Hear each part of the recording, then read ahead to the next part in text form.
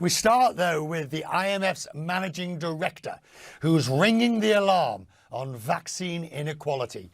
Tonight, Kristalina Georgieva tells me the current situation is not sustainable and not good for anyone. The IMF's latest forecast lays out in stark terms how a two-speed recovery is worsening the gap between the world's richest and poorest nations.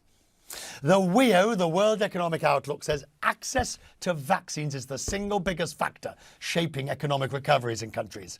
Those with better supplies have better prospects.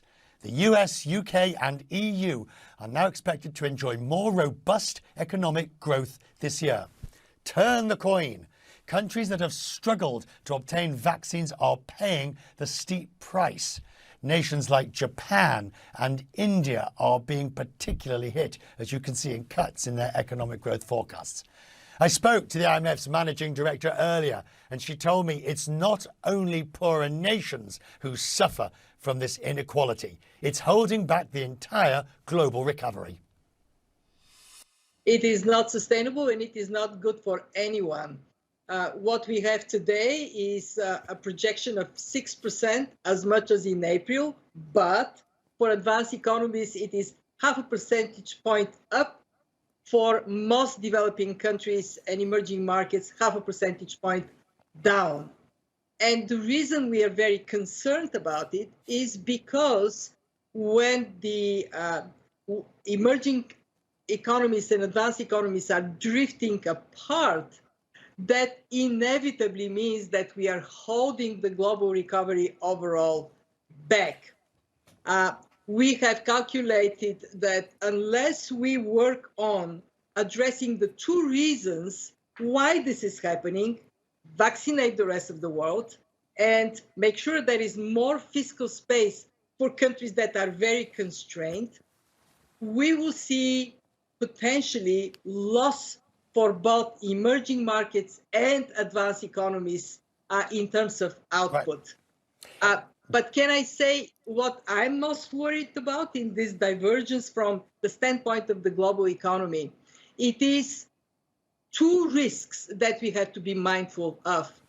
One, the risk of financial conditions tightening, right, because say the United States is moving fast, rapidly, there are concerns about inflations, while emerging markets are not yet growing, being hit with an increase in the cost of borrowing for them. All right, let's take this.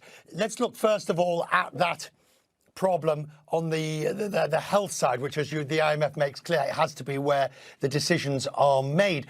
The problem is, Managing Director, people like you have been warning of this diverging path on economic growth for months, if not since the pandemic started.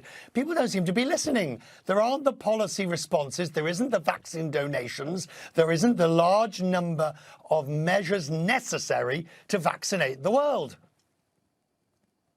There is more today than there was a couple of months ago. More in advanced economies releasing surplus doses to go to the developing world, more money to fund COVAX. COVAX increased their target of vaccination from 20 to 30% and got the money for it. More the World Bank stepping up from 12 billion, which is what they committed to earlier, to 20 billion for this purpose. But what we concentrate on is not only more, also faster. On donation of doses, please make your surplus available now so vaccinations can speed up when the Delta variant is such a threat to so many countries. All right. Except as the Delta variant grabs hold and makes a bad situation worse, don't you fear nationalism will once again come to the fore as countries protect the gains that they have already made, however irresponsible for the wider picture that might be? But the good news is that advanced economies have already vaccinated close to 40% of their people, and they're continuing to increase vaccinations quite rapidly. So we reach a point when you ask public opinion in the UK, in the United States, in Germany, ordinary people say, please vaccinate the rest of the world, because unless you do, there would be more variants to come and hit us. And I believe we have to dramatically scale up this sense of collaboration and avoid what you are warning, which is another wave of nationalism.